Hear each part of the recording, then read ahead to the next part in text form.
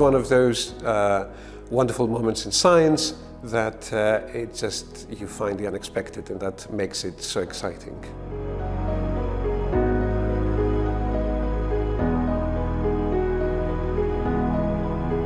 The period of time in Europe between about 1 and 2 million years ago is really interesting because we have a series of human fossils, not very well dated, and we have stone tools that show people were there. It's not really clear who these people were. So we've got Homo erectus over in Western Asia at the site of Dmanisi at about 1.8 million years ago. Then we come on to sites in southern Europe. We've got stone tools in Italy and Spain at about 1.5 million years. We have fragmentary fossils at about 1.4 million in Spain, from northern Spain and southern Spain. It's unclear what species they are. They might be erectus, but we don't know. And then there's a gap in the evidence. And then we come to about 850,000 years ago, and we're at Grandolina at Atapuerca. And here is this partial skull of a child assigned to the species Homo antecessor.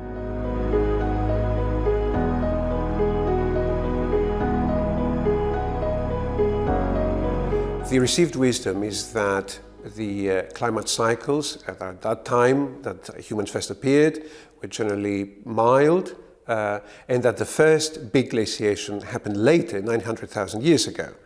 And instead, what we found, to our surprise, was that there was an extreme glacial period that occurred at about 1.1 million years ago.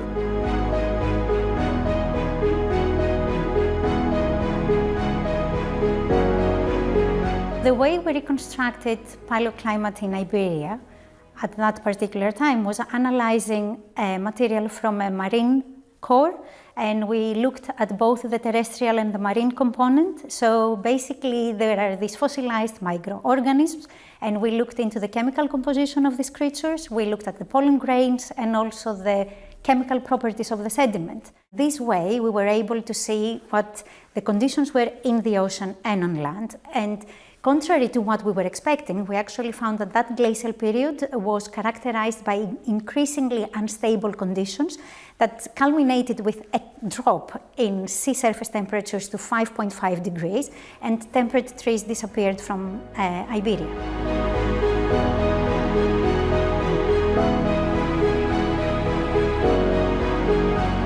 To quantify the impact on human occupation, we ran a comprehensive climate model and a human habitat model on our supercomputer Aleph. The simulation captures the climatic situation 1.1 million years ago, including the massive cooling. The results from these computer experiments are clear.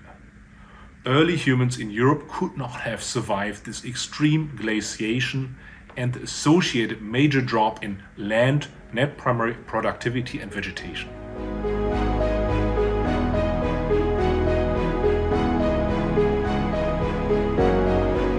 Finding this gap apparently in the record for Western Europe of human habitation, it does lead to the question of which species were there before and after, and were there differences between those species.